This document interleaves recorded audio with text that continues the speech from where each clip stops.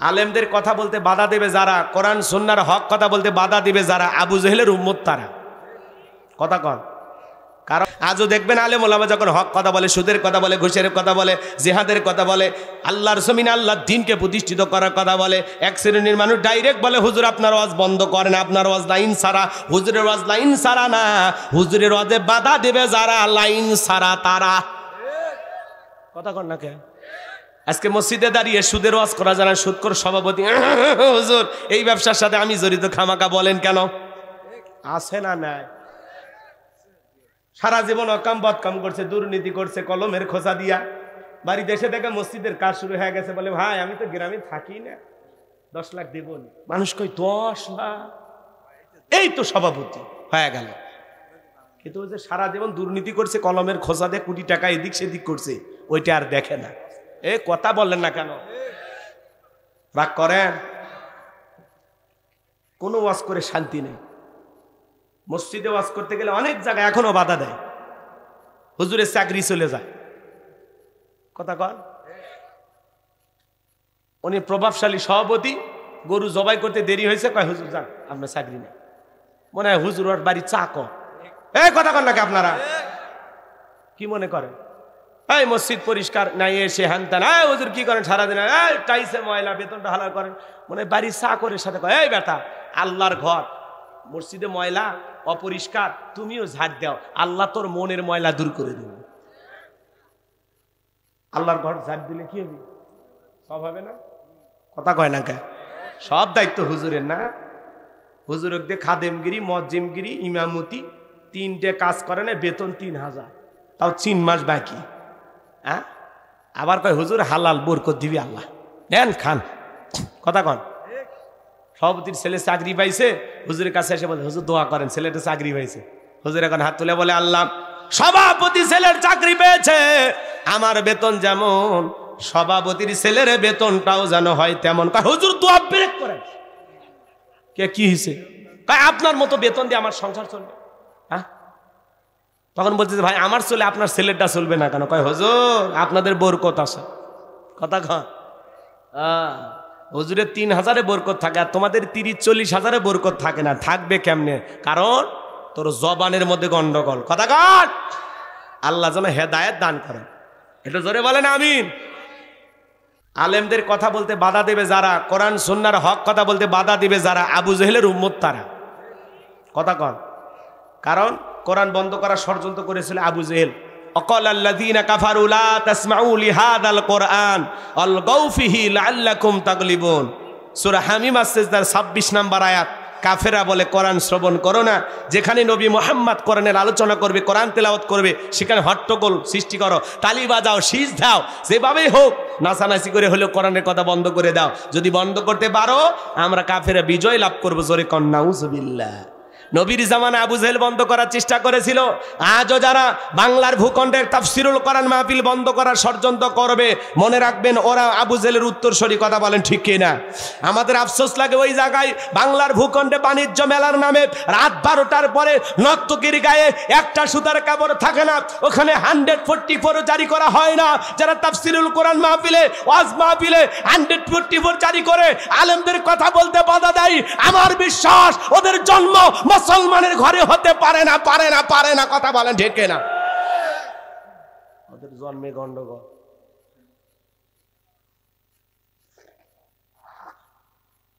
খারাপ লাগে নাকি? এখনো ভেজাল থাকলে ক্লিয়ার হয়ে যায়। কোরআন শুনতে বাধা দেয়া যাবে না, কোরআনের মাহফিলের বিরোধিতা করা যাবে না, আলেমদের বিরোধিতা করা যাবে না, কপাল পুড়ে যাবে। কি বাজান? কপাল পুড়ে যাবে। সম্মানিত ভাইয়েরা আমার, এইবার কারণ ডেকে বলে সবদা তোমার যা বলার তুমি বলো, আমি তোমার সঙ্গে আছি। এইবার সবদা বলে কারণ তুমি বৈশা বড়, আমি যেহেতু দাঁড়িয়েছে বলার জন্য আমাকেই বলতে দাও। এইবার সবদা ডেকে বলে জনগণ শোনো দিয়া মন, আমি জীবনে কোনোদিন মুসা নবীকে দেখি নাই। আজকে মুসা নবীর আলোচনা শোনার পরে আমার পাষাণ হৃদয় গইলা গেছে। আমি সিদ্ধান্ত নিয়েছি আর খারাপ কাজ করব না, অশ্লীল কাজ করব না, আমি তওবা করে ঈমান গ্রহণ করব। আলেমদের ওয়াজ শুনে বেনামাজি নামাজে হয়ে যায়, সুদখোর ঘুষখোর ভালো হয়ে যায়, বেপরদায় চলা মা বোনেরা পর্দা করে, দাড়ি কাটা যুবকটা দাড়ি রাখে। কি কথা ঠিক না ভেজা? এই যে আপনাদের মসজিদের ইমাম, তার মাধ্যমে ওঠা বসা করে 2-4 জন পরিবর্তন হয় না? এই যে আমরা বয়ান করতেছি, অনেক মানুষকে আল্লাহ পরিবর্তন করে দেয় কিনা? হেদায়েতের মালিক আল্লাহ। আল্লাহ যে কার কথায় কোন জায়গার বয়ানে কিভাবে আপনাকে পাল্টায় দিবে আপনি নিজেও ভাবতে পারবেন না। সুবহানাল্লাহ বলেন। আমার ভাইয়েরা, এইবার শব্দ ডেকে বলে এ কারণ কেন লাফালাফি করে আপনারা জানেন? গতকাল রাত্রিতে কারণ আমার বাড়িতে গিয়েছিল, 2 বস্তা টাকা দেবে বলে ওয়াদা করেছে, অ্যাডভান্স হিসাবে 1 বস্তা টাকা দিয়েছে, আর আজকে সাক্ষী দেওয়ার পরে আর 1 বস্তা টাকা দিবে, বিনিময়ে আমাকে এই কথা বলতে হবে। নবী মুসা দিনের বেলা ওয়াজ করে, রাতের বেলা আমি সবদার সাথে রাত কাটাই। আপনাদেরকে সাক্ষী রেখে বলতেছি, নবী মুসার চরিত্র ফুলের চাইতেও পবিত্র। ওই কারণ হলো আমি সবদার নিয়মিত ভক্ত। চিৎকার মেরে বলুন আল্লাহু আকবার। ওয়া মাকারু ওয়া মাকারাল্লাহ আল্লাহু খায়রুল মাকিরিন।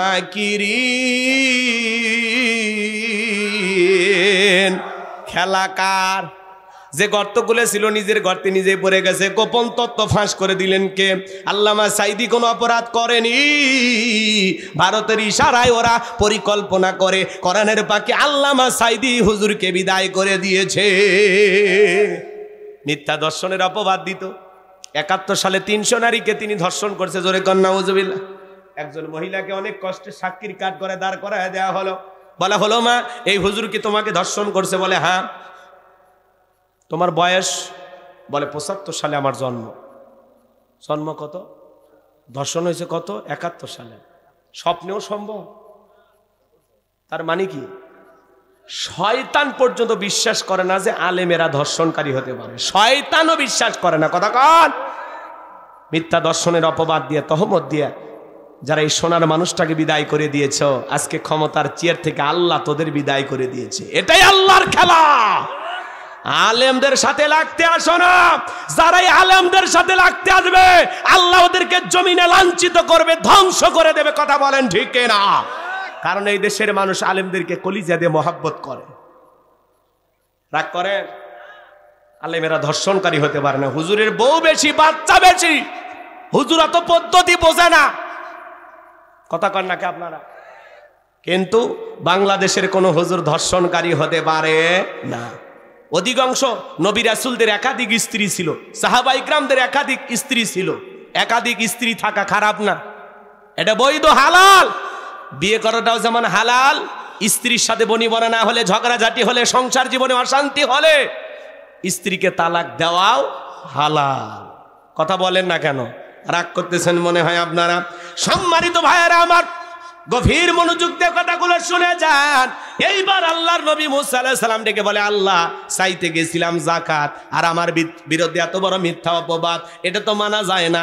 আল্লাহ গো, আপনি জমিনকে অর্ডার দেন, যেই সম্পদের বড়াই কারণ করেছে ওই সম্পদ সহ যেন জমিন কারণকে গ্রাস করে ফেলে। আল্লাহ দোয়া মঞ্জুর করলেন। এইবার কারণে ধন সম্পদ সহ যখন হাঁটু পর্যন্ত জমিনে ভিতরে চলে গেছে, ও বলে ব্যাপার না, উঠতে পারবো।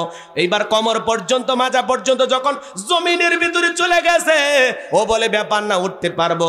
কাঁধ বরাবর যখন জমিনের ভিতরে চলে গেছে, কারণ তখন ডেকে বলে, নবী মুসা, ধন সম্পদ যা আছে সব তোমার আর তোমার আল্লাহর, তুমি নিয়ে যাও, জানটা একটু ভিক্ষা দাও। নবী মুসা আলাইহিস সালাম ডেকে বলে, আল্লাহুস সামাদ, আমার আল্লাহ অমুখপেক্ষী, আমার আল্লাহ কারো কাছ থেকে কিছুই নেয় না, আমার আল্লাহ শুধু দিয়েই যায়। কারণ রে, তোর ধন সম্পদের বড় বড়াই ছিল, তোর ধন সম্পদ সহ জমিনের ভিতরে চলে যা, আর পৃথিবীর ইতিহাসে সাক্ষী থাক, তার মতো তোর মতো যারা সম্পদ জমা রাখবে, আল্লাহ রাস্তায় খরচ করবে না, কঠিন কিয়ামতের ময়দানে তুই কারুনের কাতারে দাঁড় করায়া আল্লাহ তাদেরও বিচার করবে। কথা বলেন ঠিক না? এই জন্য বাজান, সূরা তাওবার ভিতরে আল্লাহ স্পষ্ট জানিয়ে দিয়েছেন, যারা স্বর্ণ রূপা টাকা পয়সা জমা রাখে, আল্লাহ রাস্তায় খরচ করতে চায় না, আল্লাহ বলে তাদের জন্য রয়েছে আযাবের সুসংবাদ। আপনি যাকাত দিলে আপনার সম্পদ বাড়বে না কমবে? যাকাত দিলে সম্পদ আল্লাহ বৃদ্ধি করবে। সুবহানাল্লাহ বলেন। যাকাত দিলে সম্পদ কমে না, ধনীর যাকাত দিলে ধন আরো বাড়বে। শোনেন, যাকাত দেওয়া এটা আর্থিক ইবাদত। আল্লাহ যে আপনাকে যাকাত দাতা হিসেবে কবুল করছে, এটা একটা আলহামদুলিল্লাহ, শুকরিয়া আদায়ের বিষয়। যে যাকাত দাতাদের তালিকায় আমি একজন, যদি 1000 দেই, 2000 দেই, 5000 দেই, সমস্যা আছে? কথা কন নাকি আপনারা? আমাকে যে আল্লাহ একটু স্বাবলম্বী বানায় সামান্য কিছু টাকা বছরে যাকাত দেওয়ার মতো আল্লাহ দিয়েছেন, এতে শুকরিয়া আদায় করা দরকার আছে না? না, তাহলে অল্প হোক বেশি হোক জাকাত দেবেন ইনশাআল্লাহ। রূপার হিসাবে 90,000 টাকার মতো, 85 থেকে 90,000 টাকা থাকলে আপনার উপরে জাকাত কি? কথা কয় না কে? নামাজ যেমন ফরজ, জাকাত আদায় করা তেমনি ফরজ। কিন্তু জাকাত একটু আর্থিক ইবাদত, এটাতে গন্ডগোল। মানে অর্থ যে ইবাদতে খরচ হয় আমরা সহজে হাত দিতে চাই না। 3টা জায়গায় আমাদের হাত ছোট হয়ে আসে, সংকীর্ণ হয়। দানের ক্ষেত্রে, জাকাতের ক্ষেত্রে আর হজের ক্ষেত্রে। না এত টাকা খরচ করে না যাবো না। কি বলেন চাচা? কেবা চাচা কথা ঠিক আছে? রাগ করেন আপনারা, বিরক্ত হইতেছে? একটা তাকবীর দেন, লিল্লাহে তাকবীর। তাহলে জাকাত দেবেন তো ইনশাআল্লাহ। 1-1.5 লাখ টাকা একজনাক দিয়ে দেবেন, 500-200 টাকা করে পৌঁছে দিয়ে কোনো লাভ নাই, কারো লাভ হবি না। একটা গরিব খুঁজে তাকে স্বাবলম্বী বানানোর জন্য একবারে 1-1.5 লাখ একজনাকই দেন। কি বড় ভাই কথা ঠিক আছে তো? রাগ করতেছেন আপনারা? সূরার নাম সূরা আল মুমিনুন। বলেন কি নাম? আল্লাহ তাআলা তার বিশ্বাসী বান্দাদের জন্য সূরা আল মুমিনুন নাজিল করেছেন। যারা অবিশ্বাসী কাফের এদের জন্য আল্লাহ পাক একটি সূরা নাজিল করেছেন, সূরার নাম কাফিরুন। জোরে বলেন কি নাম? কুল ইয়া আইয়ুহাল কাফিরুন। কাফেরদের জন্য আল্লাহ পাক একটি সূরা নাজিল করেছেন, সূরার নাম কাফিরুন। যারা হলো দুদুল্যমান, 2 নৌকায় পা দিয়ে চলে, মুখে বলে একটা অন্তর আর একটা দুমুখ সাপ। বৃষ্টি যেই দিকে ছাতা ধরে সেই দিকে গোলালু মার্কা সব তরকারিতে চলে, ওদের নাম হলো মুনাফিক। এই মুনাফিকদের জন্য আল্লাহ পাক একটি সূরা নাজিল করেছেন, সূরার নাম হলো মুনাফিকুন। কি নাম? মুনাফিক চেনা বড় কঠিন, ঘাপটি মেরে থাকে, বোঝাই যায় না। দাড়ি টুপি থাকার পরে মুনাফিক হতে পারে, হজ করার পরে আলহাজ মুনাফিক হতে পারে। নবীর পিছনে নামাজ পড়ে লোকটা যদি মুনাফিক হয়, আপনার আমার পিছনে নামাজ পড়ে তার সাথে বড়টা হবে। কথা বলেন ঠিক না? মুনাফিক চেনা বড় কঠিন। মুনাফিকদের স্বভাব হলো ইসলাম নামের গাছের গোড়া কেটে মাথায় পানি ঢালে। কথা বলেন ঠিক না? চুপ করে থাক ধোকাবাজ, চোখে তোদের নাহি লাজ। চুপ করে থাক ধোকাবাজ, চোখে তোদের নাহি লাজ। গোড়া কেটে মাথায় ডালো পানি, তোদের চিনি আর কতদিন করবি রে শয়তানি। মুনাফিকদের স্বভাব হলো ইসলাম নামের গাছের গোড়া কেটে মাথায় পানি ঢালে। সকালবেলা কোরআনের মাহফিলের অনুমতি দিয়া সন্ধ্যাবেলায় পুলিশ পাঠায় বন্ধ করত। কথা বলেন ছিল কি না? বলে আমরা ফজরে নামাজ পড়ি, কোরআন পড়ি, আবার সুযোগ পাইলে আলেমদেরকে ফাঁসির দড়িতেও ঝুলাই। কথা বলেন। মুনাফিকদের চেনা বড় কঠিন। আমি আজকে মুনাফিকদেরকে নিয়ে ওয়াজ করব না। মনে রাখবেন, অমুসলিম বৌদ্ধ খ্রিস্টান এদের ভিতর থেকে মুনাফিকের জন্ম হয় না, মুনাফিকের জন্ম হয় মুসলমানের ভিতর থেকে। কথা বলেন ঠিক কিনা? আমি আলোচনা করব আল্লাহর ভিআইপি মুমিন বান্দাদেরকে নিয়ে। আমার বিশ্বাস আপনাদের এলাকায় কোনো মুনাফিক নাই, এটা আমি বিশ্বাস করি। এলাকার মানুষ জিন্দা আল্লাহর ওলি। কি বলেন? আল্লাহ যেন আপনাদেরকে আল্লাহর ওলি বানায় দেন। একটু জোরে বলেন আমিন। তাহলে কথা হবে সূরা আল মুমিনুন থেকে। বলবো তো ইনশাআল্লাহ। আল্লাহ তার বিশ্বাসী বান্দাদের জন্য সূরা আল মুমিন নাজিল করেছেন। আমার আল্লাহ রাব্বুল আলামিন বলেন, قد أفلح المؤمنون।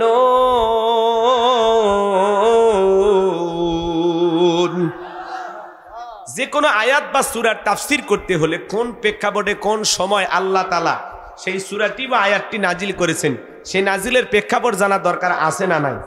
আরবিতে বলা হয় শানি নজুল। যদি শানি নজুল আলোচনা করা হয় তাহলে তাফসীর বুঝতে সহজ হয়। তাহলে সূরা আল মুমিনুন আল্লাহ তাআলা তার হাবিবের উপরে কোন প্রেক্ষাপটে কোন সময় নাজিল করেছেন, সেই নাজিলের সময়কালটা একটু জানার দরকার আছে না নাই? আমি সংক্ষিপ্ত করে একটু তুলে ধরবো, কষ্ট হবে আপনাদের। একটা তাকবীর দেন, লিল্লাহি তাকবীর। আমি করব ওয়াজ, আপনারা দিবেন আওয়াজ, জবাব দিবেন ঠিক ঠিক। আলোচনা হবে কমপ্লিট, শ্রোতাদের স্পিরিটে বারে বক্তার হিট, আলোচনা হবে জায়গা মতো ফিট। আগে বলতাম কিছু ওয়াজ প্যান্ডেলে, কিছু ওয়াজ অ্যাঙ্গেলে, এখন আর অ্যাঙ্গেলে না, যা বলবো সব ডাইরেক্ট। অ্যাঙ্গেলে বলার দিন শেষ, ডাইরেক্ট বলার বাংলাদেশ। এখনকার লোক হিসেবে কথা বলা রাখবে, আগেই ভয় করিনি। কথা কয় না কেন? হ্যাঁ, আজ থেকে কয়েক বছর আগের বক্তৃতা দেখেন না কেন? তখনই আমরা ভয় করিনি। কাক দেখে ভয় করবে? মেহেরপুরে ওয়াজ করলাম, আমি বলতেছি জালেমদের পতন হবেই হবে ইনশাআল্লাহ। এই ওয়াজ করছি, এক মেম্বার ধরছে, হুজুর কেন বললেন জালেমদের পতন হবে? গোমসোর পাটসোর ব্রিজের টাকা মারছি, সে আনতেন সব বললে গেলেন, একটু অপেক্ষা করে পরে সাইজ করতেছি আমি।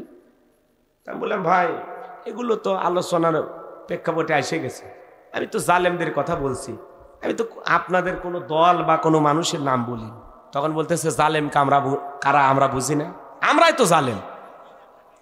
এখন যদি কেউ নিজে গায়ে মাইকে ওয়াজ নিয়ে মারামারি করে কিছু বোঝানো যাবে ভাই? এরকম লোক আছে না নাই? আমার বিশ্বাস আপনাদের এলাকায় এরকম মানুষ নাই। সম্মানিত ভাইয়েরা আমার, দিল দিয়া কথা বললে বোঝার চেষ্টা করবেন।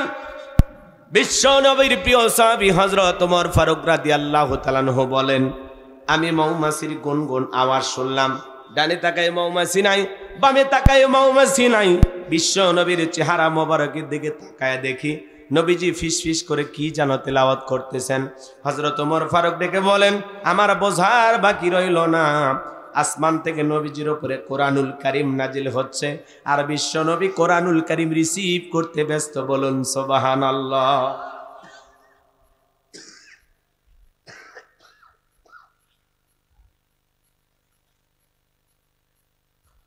মৌমাছির গুনগুন আওয়াজ হলে কোরআনুল কারীম নাজিল হয়। দপ্তরি ছুটির ঘন্টায় বাড়ি মারে টন টন আওয়াজ হইলে কোরআনুল কারীম নাজিল হয়। নবীজি যখন ঘোড়ার উপরে থাকতেন, ওই সময় যদি কোরআনুল কারীম নাজিল হইতো, ওহির ভারে ঘোড়ার পাগুলো বালুর ভিতরে ডেবে যেত। বলুন আল্লাহু আকবার। নবীজি যখন উটের উপরে থাকতেন, ওই সময় যদি কোরআনুল কারীম নাজিল হইতো, ওহির ভারে উটের মাথা জমিনের সঙ্গে লেগে যেত। এক সাহাবী রানীর উপরে মাথা রেখে নবীজি আরাম ফরমাচ্ছেন, ওই সময় কোরআনুল কারীম নাজিল হলো। সাহাবী ডেকে বলেন, আমার কাছে মনে হয় আমার রানটা ফেটে যাবে, আমার কাছে মনে হয় পাহাড় আমার রানের উপরে চেপে ধরা হয়েছে। তাহলে কোরআনুল কারীমের একটা আলাদা ওয়েট, আলাদা একটা ওজন আছে না নাই? দীর্ঘ 23টি বছরে আল্লাহ রাব্বুল আলামিন জিবরাইলের মাধ্যমে বিশ্ব নবীজির উপরে কোরআনুল কারীম নাজিল করেছেন। এই কোরআনের শান কত, মর্যাদা কত আমরা বুঝি না। খেলাই খেলাই বাড়িতে কোরআন পড়ে আছে, খুলেও দেখি না। 30, 40, 50 বছর বয়স হয়ে গেল, আল্লাহর এমনও গোলাম আছে জীবনে কোনোদিন আল্লাহর কোরআনটা খুলেও দেখে নাই। এমনও কপাল পরা মুসলমান আছে না না? আল্লাহ কি বলেছেন আমরা জানি না, কি চিঠি আল্লাহ পাঠিয়েছেন জীবনে পড়লামই না। কথা বলে, আল্লাহর কোরআন আমাদের পড়ার দরকার আছে না নাই?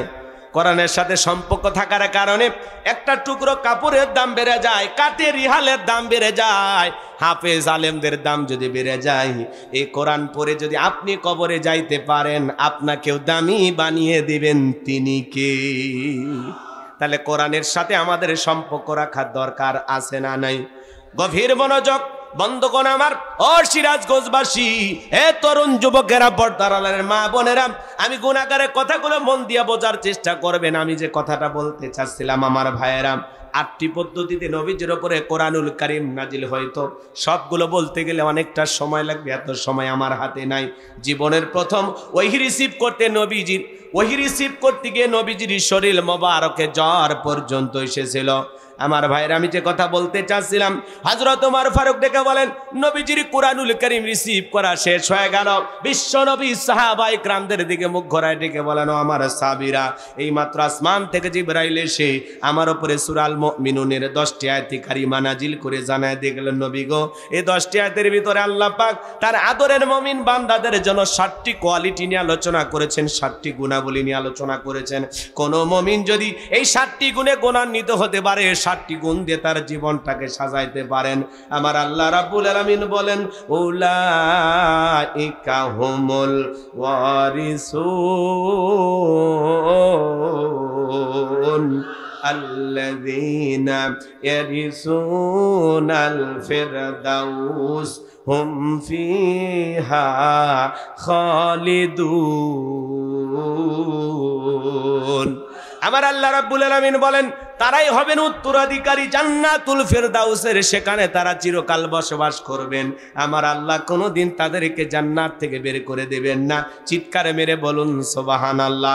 বাবা মারা গেলে ওয়ারিশ সূত্রে সন্তান যেরকম বাবার সম্পত্তির ভাগ পায়, কোন মুমিন যদি এই 7টি গুণাবলী আমল করতে পারে, 7টি গুণ দিয়ে তার জীবনটাকে সাজাইতে পারেন, আল্লাহ রাব্বুল আলামিন তার নামে জান্নাতুল ফেরদাউসের ভিতরে জায়গা বরাদ্দ রাখবেন। কারা কারা জান্নাতে যেতে চান, 2টা হাত তুলে আল্লাহকে দেখান। আপনারা সবাই জান্নাতে যেতে চান? 2 হাত সোজা করে। জান্নাতে যেতে চান তো ইনশাআল্লাহ? আল্লাহ আমাদের সবাইকে জান্নাতুল ফেরদাউসের ওয়ারিশ হিসেবে কবুল করুন। জোরে বলুন আমিন। আল্লাহ পাক আমাদের সবাইকে জান্নাতুল ফেরদাউসের উত্তরাধিকারী হিসেবে কবুল করুন। চিল্লা বলুন আমিন। আর একটু জোরে বলুন আমিন। জান্নাতে যেতে হলে কয়টা গুণাবলী? 7টি। এইবার 7টা আঙ্গুল দেখান, জোরে বলেন কয়টি? 7টি। আরো জোরে, জোরে হলো না, উঠেই যাবে। হ্যাঁ, একটা মিছিল করার অভ্যাস করেন। সামনে মিছিল করা লাগবে। 16 বছর মিছিল করতে পারেননি, এবার অলি গলি ক্যাফে দেওয়া লাগবে। কি কর চাচা? ঠিক আছে বা? আচ্ছা, রাগ করতেছেন? মন খারাপ করেন নাকি আপনারা? এই জায়গায় বসছেন কেন? জান্নাতে যাওয়ার আশায় না? একটু সওয়াব পাওয়ার আশায় না? তো এমন কিছু আলোচনা হোক যে আলোচনা ঘর পর্যন্ত নিয়ে যা আমল করলে কপালটা খুলে যাবে। কথা বলেন। যদি এমন কিছু বলেন যেটা শুনলে আমাদের জীবনটা পাল্টে যাবে, জান্নাতে যাওয়া সহজ হয়ে যাবে, সে আলোচনা হওয়ার দরকার আছে না নাই? এই হাজার হাজার টাকা খরচ করে প্যান্ডেল সাজাইলেন, যদি কিছু না নিয়ে যেতে পারেন তাহলে আসা যাওয়াতে লাভ আছে? লাভ ডেকোরেটর আর বক্তার, আপনারা কি? অতএব আপনারাও যেন লাভবান হন সেই দিকে তাকায় আমাদের আলোচনা করা লাগবে। কথা বলেন ঠিক কিনা? কষ্ট হয় আমার ভাইয়েরা। এইবার বিশ্বনবী সাহাবায়ে কিরামদের সামনে বুক গড়ায় তেলাওয়াত করলেন। আমার আল্লাহ রাব্বুল আলামিন বলেন, ক্বাদ ফালাহাল মুমিনুন। আমার আল্লাহ রাব্বুল আলামিন বলেন, অবশ্যই মুমিনেরা সফল। অলরেডি মুমিনেরা সফল হয়েছে তারা ঈমান এনেছে যারা। আল্লাহু আকবার বলেন। টাকা থাকলে সফল হওয়া যায় না, ক্ষমতা থাকলে সফল হওয়া যায় না। পুরো পৃথিবীর বর্তমানে সবচাইতে ক্ষমতাধর ব্যক্তির নাম হলো ডোনাল্ড ট্রাম্প। কথা কয় না কেন? আজকে ডোনাল্ড ট্রাম্প বক্তব্য দিতেছে, তার বক্তব্যের মাঝখান থেকে একজন বলেছেন আল্লাহু আকবার, আল্লাহু আকবার। ডোনাল্ড ট্রাম্প ভাইকে পালিয়ে যাচ্ছে। আর সিকিউরিটি বাহিনী যারা আছে, নিরাপত্তা কর্মী যারা আছে, চতুর্দিক দিয়ে ঘিরে নিছে। নেতা যান কই যে আল্লাহু আকবার বলতিস। বাতিলদের অন্তরে কম্পন সৃষ্টি হয়ে যায়। কথা বলেন ঠিক কিনা? আপনারা ভিডিওটা দেখছেন না? সোশ্যাল মিডিয়াতে ভিডিওটা ভাইরাল হয়ে গেছে। ডোনাল্ড ট্রাম্প সাহেব বক্তব্য দিতেছেন, এই বক্তব্যের মাঝখান থেকে একজন বলেছেন লিল্লাহে তাকবীর, আল্লাহু আকবার। এই আল্লাহু আকবারের স্লোগান শুনে, আল্লাহু আকবারের ধ্বনি শুনে ডোনাল্ড ট্রাম্প বক্তব্য দিয়ে পালিয়ে যাওয়ার চেষ্টা করতেছে।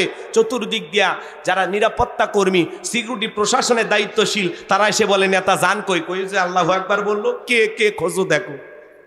তার মানে কি?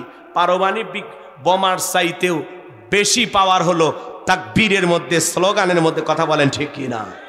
একবার যদি মুসলমানেরা নারায়ে তাকবীর আল্লাহু আকবার বলে ময়দানে নামতে পারে, বাতিলেরা পেশাব করার টাইম পাবে না। কথা বলেন ঠিক কি না? কিন্তু মুসলমান জাগতে পারি না আমরা। আল্লাহু আকবারের স্লোগান, এটা যে কত বড় হাতিয়ার। অনেক যুদ্ধে মুসলমানেরা শুধু এই স্লোগান দিয়েই বিজয় লাভ করছে। সুবহানাল্লাহ বলেন। আজকে সেই স্লোগান দিতে আমরা ভয় পাই। আমরা এমন মুসলমান, কোরআন থেকে দূরে, ইসলাম থেকে দূরে। নারায়ে তাকবীর আল্লাহু আকবার দিলে বলে এটা অমুক দলের স্লোগান। কেন তুমি মুসলমান না? এই স্লোগান তোমার না? জন্মের সময় আজান কানে দেয়নি? কথা বলেন না কেন? আজকে আপনি যখন ঘুমাচ্ছেন তাকায়া দেখেন, আমাদের মুসলিম ভাইদের অবস্থা তাকায়া দেখেন। ফিলিস্তিনি জমিনে যখন মুসলমানের আজান দিতেছে আল্লাহু আকবার, মুয়াজ্জিন আজান দিতেছে, ওই সময় বোমা পড়েছে। আল্লাহু আকবার একবার বলেছেন, আর দ্বিতীয়বার বলার সুযোগ হয়নি। আমার ভাই শাহাদত বরণ করেছেন। কথা বলেন ঠিক কিনা? তাদের মসজিদগুলো গুড়িয়ে দেওয়া হচ্ছে, তাদের বোমা নিক্ষেপ করতেছে, তাদের বোমার উত্তপ্ত আগুনে পাওয়ারে মানুষ উঠতেছে। কথা বলেন ঠিক কিনা? এই দৃশ্যগুলো দেখার পরে আমরা নিশ্চিন্তে ঘুমাই। কিন্তু যারা প্রকৃত মুসলমান, এরা কখনো আরেক মুসলমানের দুঃখ দুর্দশা দেখে ঘুমাইতে পারে না। কথা বলেন ঠিক কিনা? যুদ্ধ করার প্ল্যান যদি না জানি, যুদ্ধ করার সাহস যদি না থাকে, অন্তত চাই না মাঝে 2 ফোঁটা চোখের পানি ছেড়ে দিয়ে এই মাজলুম অসহায় নির্যাতনের শিকার সেই সমস্ত মুসলিম ভাইদের জন্য আল্লাহর কাছে দোয়া করা দরকার আছে না? না, আপনি এমন কপাল পরা দোয়াও করতে চান না, কোনোটাটি নাই। সুবিধাবাদ জিন্দাবাদ, নিজে বাঁচলে বাপের নাম, চাচা আপন পরাণ বাঁচা, কথা কয় না খাই। আমার কথা কি আপনারা বিরক্ত হন? সম্মানিত ভাইয়েরা আমার, নারাই তাকবীর আল্লাহু আকবার, এই স্লোগানের যে কত পাওয়ার ডোনাল্ড ট্রাম্প টের পাইছে। যখনই বলেছে আল্লাহু আকবার আল্লাহু আকবার, এদিক ওদিক উকিঝুঁকি মানে বক্তব্য বাদ দিয়ে পালিয়ে যাচ্ছে, বক্তব্য বাদ দিয়ে পালিয়ে যাচ্ছে। আল্লাহু আকবার শুনলে ডোনাল্ড ট্রাম্প কাঁপে উঠছে। অথচ পৃথিবীর শহর, আমি যে কথা বলতে চাচ্ছিলাম বাজান, ক্ষমতা পাইলে সফল হওয়া যাবে না, টাকা থাকলে সফল হওয়া যাবে না, যশ খ্যাতি থাকলে সফল হওয়া যাবে না। আল্লাহর কাছে সফল হতে পারবে তারা, ঈমান আনবে যারা। আপনাদের এলাকায় মনে করেন একটা বাজার আছে, তালগাছি বাজার। এই বাজারে আল্লাহর একজন বান্দা তরি তরকারি বিক্রি করে, সবজি বিক্রেতা। আজান দেওয়ার পরে আল্লাহর গোলাম যদি মসজিদে গিয়ে মাথা নত করে নামাজ আদায় করে, বলেন তো বাজান, পৃথিবীর বড় নেতা ডোনাল্ড ট্রাম্পের চাইতে ওই সবজি বিক্রেতার দাম কম না বেশি? তার মানে কি বুঝলেন? ঈমান আছে যার, দাম আছে তার। কথা বলেন। আমাদের সমাজে রিক্সা চালক হোক, ভ্যান চালক হোক, লোকটা যদি ইমানদার হয়, বলেন তো বাজান, আজান দেওয়ার পর আল্লাহর গোলাম যদি মসজিদে মাথা নত করে নামাজ আদায় করে, পৃথিবীর বড় বড় লিডার, পুতিন, ভারতের দাদা, তাদের চাইতে ওই রিক্সা চালক, ভ্যান চালক, ইমানদারের দাম আল্লাহর কাছে কম না বেশি? তার মানে একটা কথা ক্লিয়ার হয়ে গেলেন, ঈমান আছে যার, আল্লাহর কাছে দাম আছে তার। বেঈমানদের হাতে ক্ষমতার দাম্ভিকতা থাকতে পারে, বেঈমানেরা ক্ষমতার দিক দিয়ে পাওয়ারফুল হতে পারে, কিন্তু মরার পরে সবগুলো বেঈমানকে পিটাইয়া জাহান্নামে দিবেন তিনি কে? এজন্য ক্ষমতা পাইলে সফল হওয়া যায় না, টাকা থাকলে সফল হওয়া যায় না, চেহারা সুন্দর থাকলে সফল হওয়া যাবে না, সেলিব্রিটি নায়ক সুপারস্টার হলেই সফল হওয়া যাবে না। আল্লাহর কাছে সফল হতে পারবে তারা, ঈমান আনবে যারা। ঈমান আছে যার, আল্লাহর কাছে দাম আছে স্যার। আপনার চেহারা কালো হোক, ফর্সা হোক, লম্বা হন, খাটো হন, ধনী হন, গরিব হন, তাতে কোনো সমস্যা নাই। আপনার ভিতরে ঈমান আছে, আল্লাহর কাছে আপনার দাম আছে। তাহলে আমি বলবো সফল হয়েছে কারা? আপনারা বলবেন ঈমান এনেছে যারা। ঈমান দ্বারা দুনিয়াতেও সফল, আখেরাতেও সফল। আর বেঈমানেরা টাকা পয়সা, অর্থ করি, ক্ষমতার দিক দিয়ে দুনিয়াতে সফল, আখেরাতে জাহান্নাম ছাড়া আর কিছু ভাগ্যে জুটবে। এই জন্য আমি বলবো সফল হয়েছে কারা? আপনারা বলবেন ঈমান এনেছে যারা। বলতে পারবেন? আরে ভাই, আপনার আমার ভিতরে ঈমান নামের সম্পদ আছে, আল্লাহর কাছে দাম আছে। এই জীবনে যদি আল্লাহর কাছে দামি হতে পারি, আর কিছু চাওয়ার আছে? জোরে বলেন, চাওয়ার আছে? তাহলে সফল হয়েছে কারা? জোরে, সফল হয়েছে কারা? ঈমান এনেছে যারা। আমি আপনাদেরকে একটা প্রশ্ন করি, একজন অমুসলিম জোহরের নামাজের পূর্বে ঈমান গ্রহণ করেছে, ওই ব্যক্তির উপরে জোহরের সালাত আদায় করা নফল না ফরজ? কথা কয় না?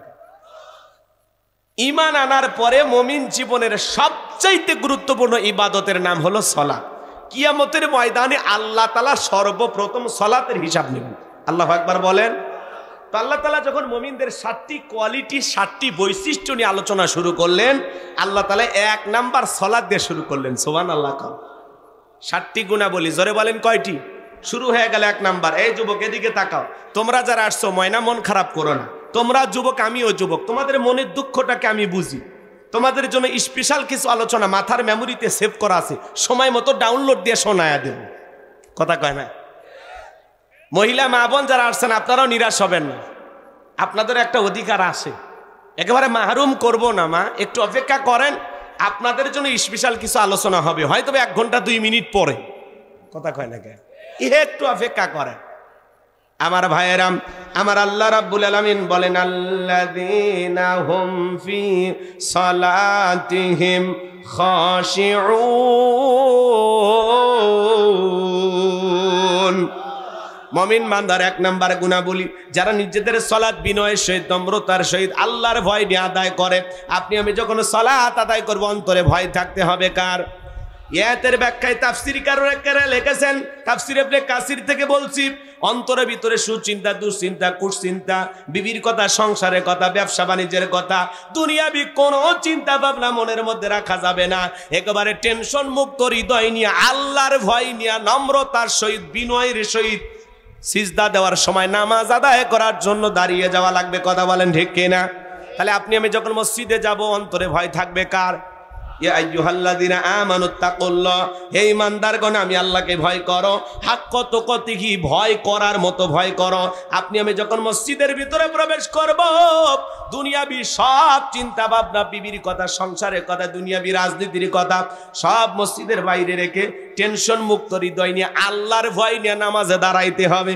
আপনি যখন নামাজে দাঁড়িয়ে যাবেন, মনে মনে এই খেয়ালটা করবেন, আমি জোহরের সালাত আদায় করতেছি, এই জোহরের সালাত আমার জীবনের শেষ নামাজ।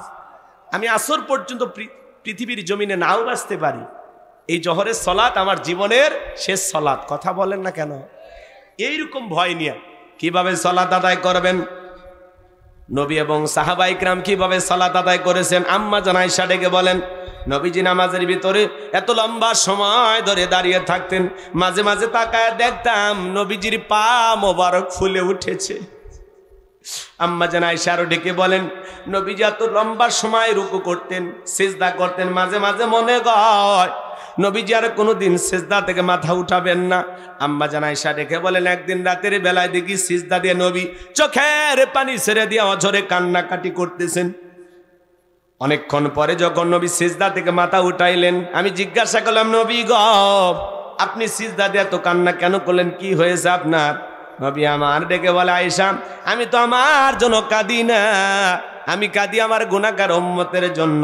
আল্লাহর কাছে কেঁদে কেঁদে বলি, আল্লাহ আমার গুনাহগার উম্মতের গুনাহ মাফ করে দাও, ওই কঠিন জাহান্নামের আগুন থেকে আমার উম্মতকে তুমি মুক্তি দাও।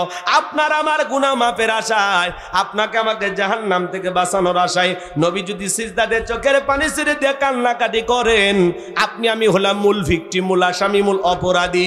বলেন তো বাজান, তাহলে নিজেদের গুনাহ মাফের জন্য আল্লাহর কাছে তওবা করার দরকার আছে না নাই? আল্লাহর কাছে দোয়া করার দরকার আছে না নাই?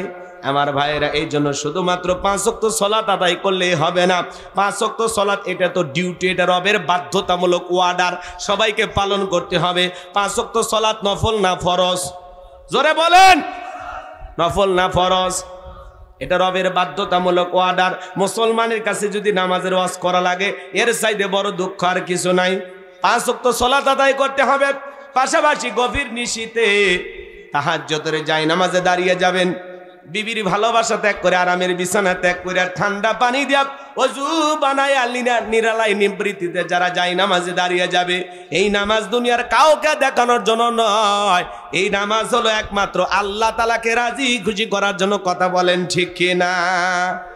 তাহলে গভীর নিশীতে সালাতে দাঁড়ানোর দরকার আছে না নাই?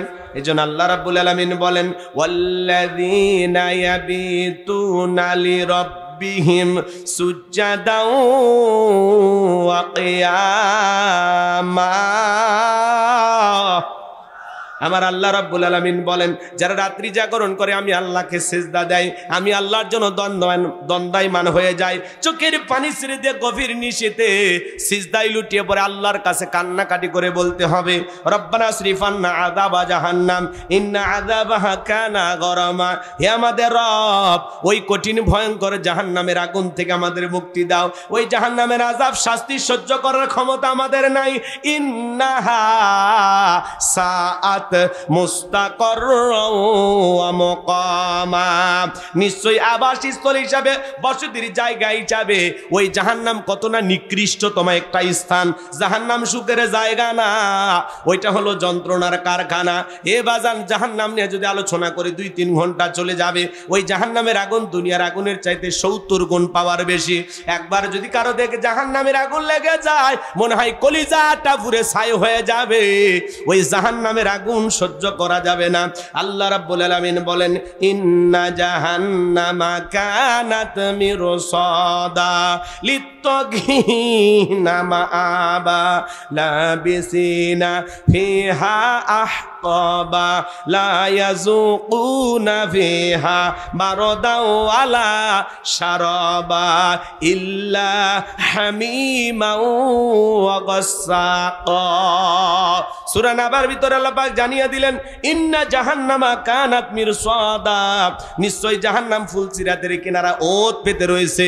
এটা হলো আল্লাহর অবাধ্য গোলামদের থাকার আবাস স্থল। এখানে তারা যুগের পর যুগ বসবাস করবে। একটা মানুষ কত লক্ষ বছর কত কোটি বছর জাহান্নামের আগুনে জ্বলবে, এর সঠিক এলেম আর জ্ঞান আছে কার কাছে? ওই জাহান্নামের আগুনে মানুষ জ্বলতে জ্বলতে পুড়তে পুড়তে চেহারা হয়ে যাবে কয়লার মতো কালো।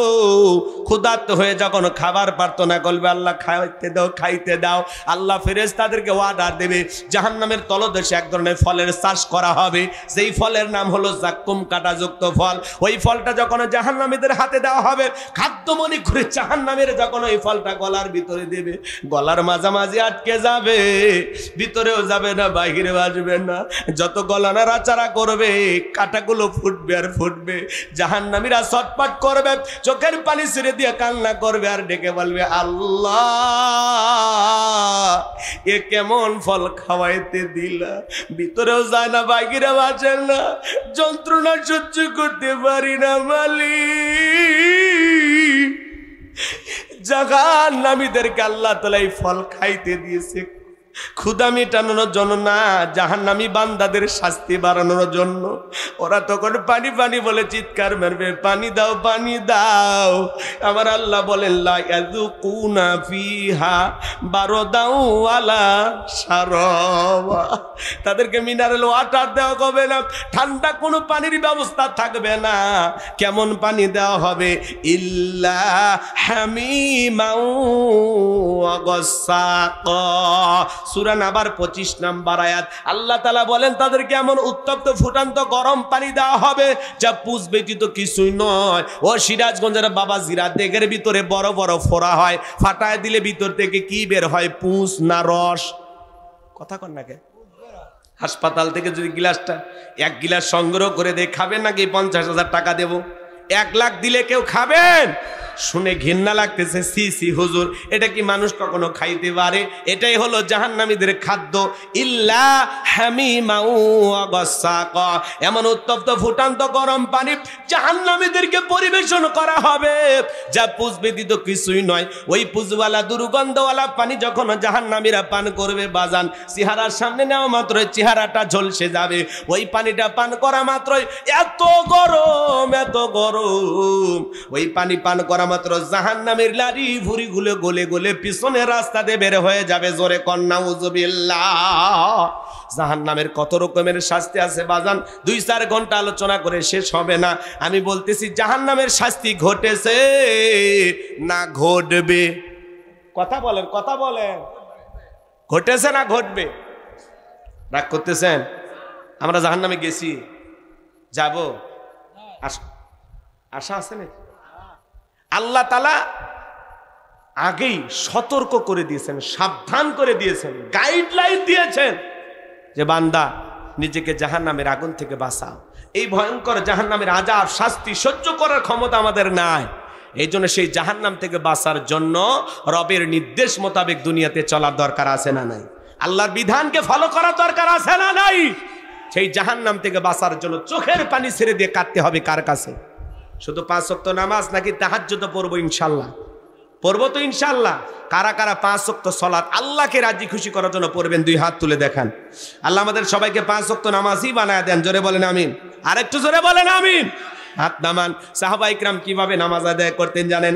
মরুভূমিতে সাহাবা ইকরাম নামাজে দাঁড়িয়ে গেছেন, ওই মরুভূমির পাখিগুলো খেজুর গাছ মনে করে সাহাবা ইকরামদের কাঁধের উপরে মাথার উপরে বসে থাকতো।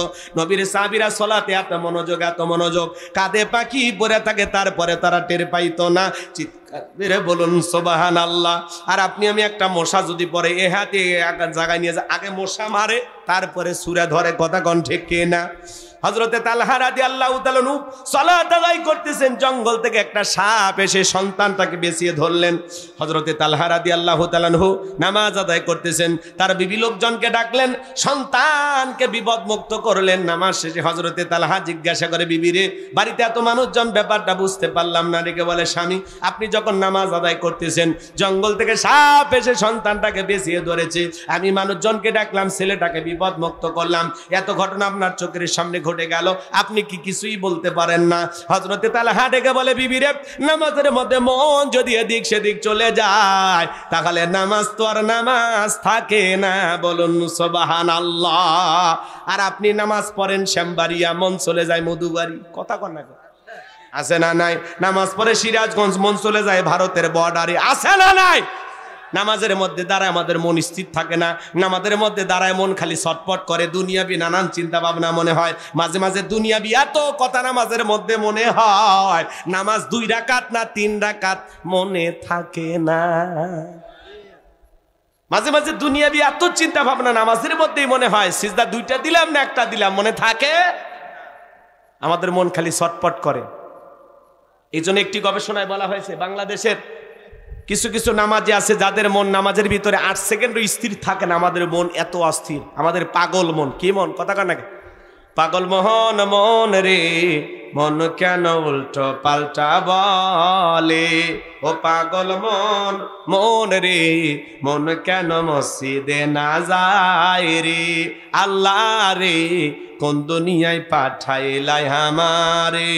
বর্তমানের নারী পুরুষ সমান সমান মাপ, লম্বা চুল কাটিয়া আবার মাথায় লাগাই ক্যাপ, আল্লাহ রে কোন দুনিয়ায় পাঠাইলাই আমারে। হিন্দি গানের টান মারিয়া রাস্তা হাইটা যাই, আবার কারো সুরে সুরে বুকটা ফাইটা যাই, আল্লাহ রে কোন দুনিয়ায় পাঠাইলাই আমারে। জিন্সের প্যান্ট শার্ট পরিয়া রাস্তা হাইটা যাই, পোলা না মাইয়া ওইটা সিনা বড় দাই, আল্লাহ রে কোন দুনিয়ায় পাঠাইলাই আমারে। আছে না নাই?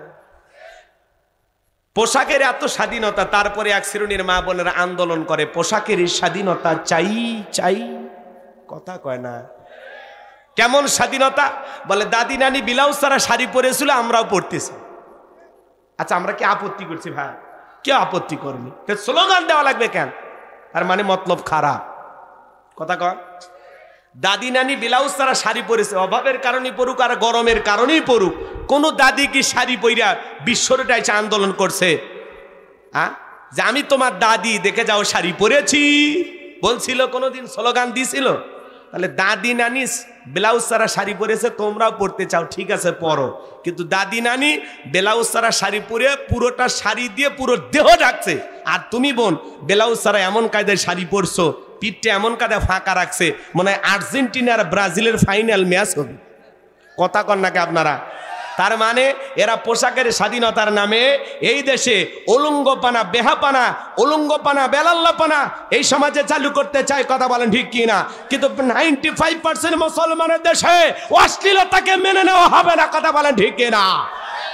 এই জন্য মা বোনদেরকে বলবো, মা পর্দায় থাকলে নিরাপদে থাকবেন, পর্দা আপনার সিকিউরিটি দেবে। আল্লাহর দেয়া বিধানকে যদি বৃদ্ধাঙ্গুলি দেখান, সমাজে আপনার দাম থাকবে না। কথা বলেন না কেন? আল্লাহর বিধানে শান্তি, আল্লাহর বিধানে মুক্তি। 1500 বছর আগে আল্লাহ আইন দিয়েছেন। কথা বলেন না কেন? নারীদের জন্য পর্দার বিধান দিয়েছেন কে? অকরনা ফি বুয়ুতিকুন্না ওয়ালা তাবাররাজনা তাবাররুজাল জাহিলিয়াতিল উলা। নারীরা তোমরা ঘরের ভিতর অবস্থান করো, খবরদার জাহিলিয়াতের যুগের মেয়েদের মতো নোংরা অশ্লীল পোশাক পরে নিজের দেহকে প্রদর্শন করো না। কথা কয় না কেন? রাগ করতেছেন? বিরক্ত হচ্ছেন আপনারা? হ্যাঁ, বিরক্ত হচ্ছেন না তো? ইনশাল্লাহ।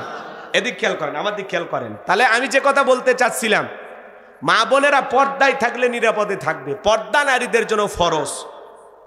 ছোট ছোট এদিক বাচ্চাদেরকে ছোটবেলা থেকে বোরকা পরানোর অভ্যাস করা লাগবে মা বোনদের। দেখেন না, মাঝে মাঝে মাও বোরকা পড়ছে, ছোট্ট মেয়ে 7-8 বছর বয়স, সেও বোরকা পরে যায়। কি আদর্শ পরিবার, দেখেই ভাল লাগে। সুবহানাল্লাহ। আমাদের সমাজে নানির গায়ে দাদির গায়ে বোরকা আছে, নাতনির গায়ে বোরকা নেই, মায়ের গায়ে বোরকা আছে, মেয়ের গায়ে বোরকা নাই। এরা অসভ্য, নির্লজ্জ, বেহায়া। কথা বলেন ঠিক না? ক্ষেত ভালো তো ফসল ভালো, মা ভালো তো সন্তান ভালো। আমাকে একটা শিক্ষিত মা দাও, আমি একটা শিক্ষিত জাতি উপহার দেব। কথা বলেন ঠিক না? সমাজ সুন্দর করতে হলে নারীদেরকে ভালো হওয়া লাগবে। রাগ করেন? একটু পরে মহিলাদের ওয়াজ করার দরকার আছে না? নাই? বিরক্ত হইতেছেন মনে হয় আপনারা। আমার ভাইয়েরা, আমি যে কথা বলতে চাচ্ছিলাম, বাজার নামাজের মধ্যে আমাদের মন স্থির থাকে না, আমরা বড় অস্থির।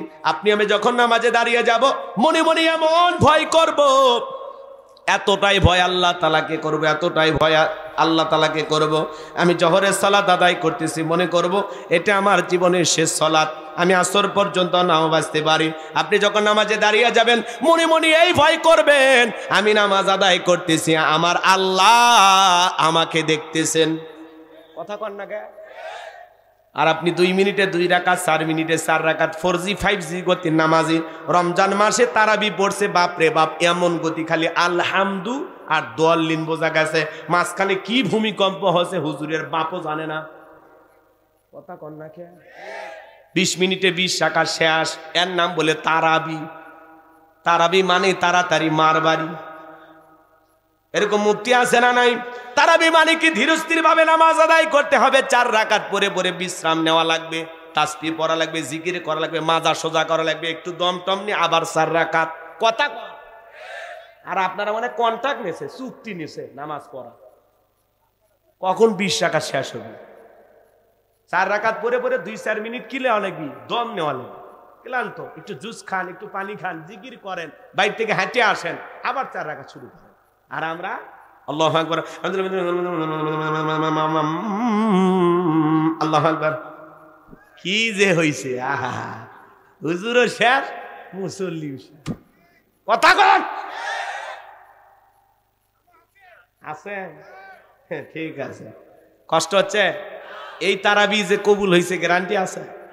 হ্যাঁ, এই যে রমজান মাস চলে গেল, রমজান আমাদের কাছে 3টা হাদিয়া নিয়ে আসলো, সিয়াম, কিয়াম, তাকওয়া। নিতে পারছি হাদিয়া? কতটুকু শিক্ষা গ্রহণ করলাম, কতটুকু তাকওয়া অর্জন করলাম, আল্লাহ ছাড়া কেউ জানে? কথা বলেন, রাগ করেন? যাই হোক বাজান, লম্বা করার কোনো সুযোগ নাই। তাহলে আল্লাহ রাব্বুল আলামিন বলেন, আল্লাযীনা হুম ফি সলাতিহিম খাশিউন।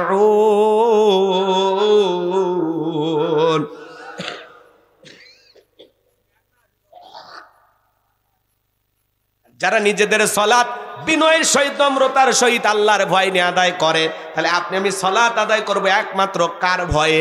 আল্লাহর ভয়ে, ধীরস্থির ভাবে। 4 রাকাত 10 মিনিট লাগবে, সমস্যা আছে?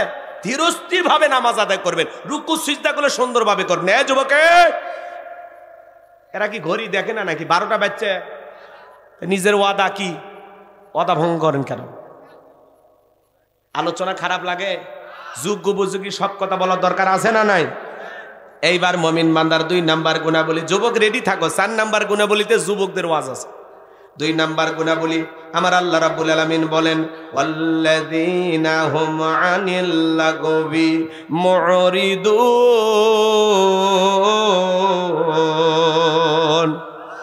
তাহলে 1 নাম্বার গুণাবলী বুঝছেন তো? বিনয়ের সহিত, নম্রতার সহিত আল্লাহর ভয়ে নামাজ আদায় করবেন। শুধু মসজিদ সুন্দর করলে হবে না, মসজিদে যারা নামাজ আদায় করবে তাদের অন্তরটাও সুন্দর হওয়ার দরকার আছে না? না? কথা ক্লিয়ার? তাহলে আল্লাহর ভয়ে নামাজ আদায় করবে, মনে থাকবে। 2 নাম্বার, আল্লাযীনা হুম আনিল লাগবি মুরিদুন। 2 নাম্বার, অনর্থক কথাবার্তা বলা যাবে না, অপ্রয়োজনীয় কথা বলা যাবে না। এক জায়গায় বসে 2-3 ঘন্টা গল্প করে, চায়ের কাপে ঝড় তোলে, অমুক খারাপ তমুক খারাপ, এ ভালো না সে ভালো না। মনে হয় গিবত কমিটির সভাপতি সেক্রেটারি বসে গেছে। আগেকার মহিলারা গিবত পরনিন্দা চগলখড়ি করত, এখন তরুণ যুবকেরা, মুরব্বী বাবাজিরা চা স্টলে বৈশা গিবত করে। আপনাদের এলাকা শুরু হয়নি কি? হুজুরের পেছনে নামাজ পড়ে, আবার হুজুরের বাহিরে যা হুজুরেরই সমালোচনা করে। কথা বলেন, আছে না নাই? রাগ করতেছেন নাকি আপনারা? এ বাজান গো আমার, মন খারাপ করবেন না। আপনি মুখ দিয়ে এত কথা কেন বলেন? আপনি কি জানেন আপনার জবানের প্রত্যেকটা কথা রেকর্ড করা হচ্ছে? মা ইয়ালফিজু মিন কাউলিন ইল্লা লাদাইহি রাকিবুন আতীদ। বান্দা এমন কোন কথা বলে না যেই কথাগুলো রেকর্ড করার জন্য আমার ফেরেশতারা নাই। আপনার জবানের প্রত্যেকটা কথা রেকর্ড করা হচ্ছে।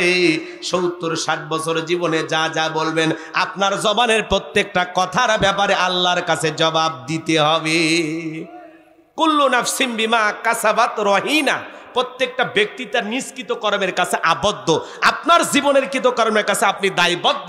আপনার জীবনের প্রত্যেকটা কৃতকর্মের হিসাব আপনাকেই দিতে হবে। কার কাছে? কথা কন, কথা কন। ভয় পান না? আল্লাহ দেখে ভয় পান না? জবান দিয়ে এত ফটর ফটর, এ খারাপ ও খারাপ, অমুকের বউ এটা করছে, অমুক হুজুর এটা করছে, তুমুক এটা করছে, ইয়ে সে হ্যান ত্যান। আরে ভাই, মানুষের সমালোচনা করে লাভটা কি? নিজের আত্মসমালোচনা করেন। নিজের জীবনে তো তুলুটি দিয়ে ভরা। আমি যত গুনাহ করেছি, আমার পাপের টেনশনে আমার 2 চোখে ঘুম আসে না। আমি কেমনি পরকালে পার হব, আমার এই গুনাহগুলো মাফ হবে কিভাবে, আমি সেই টেনশনে বাঁচি না। মানুষের নিয়ে চিন্তা করার সময় আছে? হ্যাঁ, এই জন্য মানুষের সমালোচনা করা যাবে না, নিজের আত্মসমালোচনা করা লাগবে। আর যারা সমালোচনাকারী, ওয়া কুন্না নাখুদু মাআল খাইদিন, যারা সমালোচনাকারী এরা যাবে সাকর নামক জাহান্নামে। আপনি ফাও ফাও কেন সমালোচনা করতেছেন? অমুক খারাপ, তমুক খারাপ, এ ভালো না, সে ভালো না। সমালোচনা করবেন না। সমালোচনা করা নিচু মনের মানুষ। কথা কয় না? তারা কি নিচু মনের মানুষ? আরে ভাই, মানুষকে নিয়ে ভাবার টাইম আছে? আমি তো নিজেকে নিয়ে ভাববো। কথা বলেন। আর নিজেকে নিয়ে যত ভাববেন এগিয়ে যাবেন। কথা বলেন। আর অন্যের পিছনে কাটি দিবেন, সমালোচনা করবেন, পিছেই থাকবেন। সারা জীবন সমালোচনাই করা লাগবে। কিন্তু যার সমালোচনা করতেছেন তার মতো যোগ্যতা অর্জন করতে জীবনে কোনোদিন পারবেন না। এ কথা কন লাগে। সমালোচনা কার হয়? যোগ্য মানুষদেরই সমালোচনা হয়। কথা বলেন ঠিক কি না? এই জন্য জবানটা কন্ট্রোল করেন। জিহুব্বা দিয়ে যা ইচ্ছা তাই বলা যাবে না। মাংস মাতা না যা, চুপ থাকলেও নাজাত পাবেন। এত কথা কেন বলেন? চুপ থাকেন, চুপ। কথা কয় না কে? চা খাচ্ছেন, খান, এত গল্প কে? এই বেটা, এত গল্প কে? সুবহানাল্লাহ, আলহামদুলিল্লাহ, তাসবিহ পড়ো, জিকির করো। তা পারো না? দোয়া করো ইউনূস সরকারের জন্য। ম্যাডাম তো রোহিঙ্গাদেরকে পাঠাবে, কিন্তু দেখেন জাতিসংঘের মহাসচিব আসলো, রোহিঙ্গা ক্যাম্পে গেল, ইফতার করলো পাঞ্জাবি পরিয়া।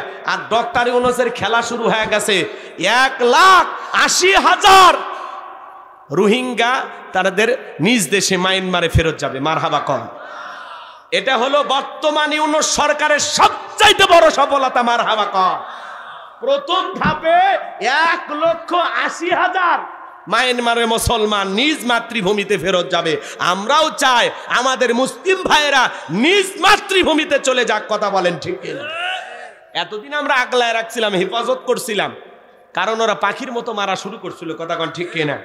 আমার ভাইয়েরা যাক, তারা নিজ ভূমিতে ফিরে যাক। এই যে উদ্যোগটা নিয়েছেন ইউনূস সরকার, এজন্য ধন্যবাদ পাওয়ার। বলেন ধন্যবাদ পাই কি না? তাহলে সবাই মিলে ধন্যবাদ দেবেন তো ইনশাল্লাহ। এইটা নিয়ে আলোচনা করেন, চা খাচ্ছেন, বলেন মাশাআল্লাহ ইউনূস সরকার খুব একটা ভালো কাজ করলো। বর্তমান প্রধান উপদেষ্টা কি করছে? 1,80,000 রোহিঙ্গার মুসলমান প্রথম ধাপে তাদের নিজ দেশে যাচ্ছে। আলহামদুলিল্লাহ। এগুলো নিয়ে গল্প করেন, ভালো কিছু নিয়ে আলোচনা করেন। কথা বলেন। পেঁয়াজের দাম বেড়ে গেলে ফেসবুকে পোস্ট করেন, এখন যে দাম কম পোস্ট করেন। হ্যাঁ, জিনিসের দাম বাড়ে গেলে পোস্ট করেন। আর ইউনূস সরকার আলহামদুলিল্লাহ মুসলমান নেতা হওয়ার কারণে এই দেশে আল্লাহ বর্তমানে অনেক শান্তি দিয়েছে। কথা বলেন ঠিক কিনা? চীন সফরে গেলেন, দেখলেন না? লাল গালিজার সংবর্ধনা দিয়েছে। ব্যাংককে গেলেন, ফুলের মালা দিয়ে গ্রহণ করেছেন। নরেন্দ্র মোদী সহ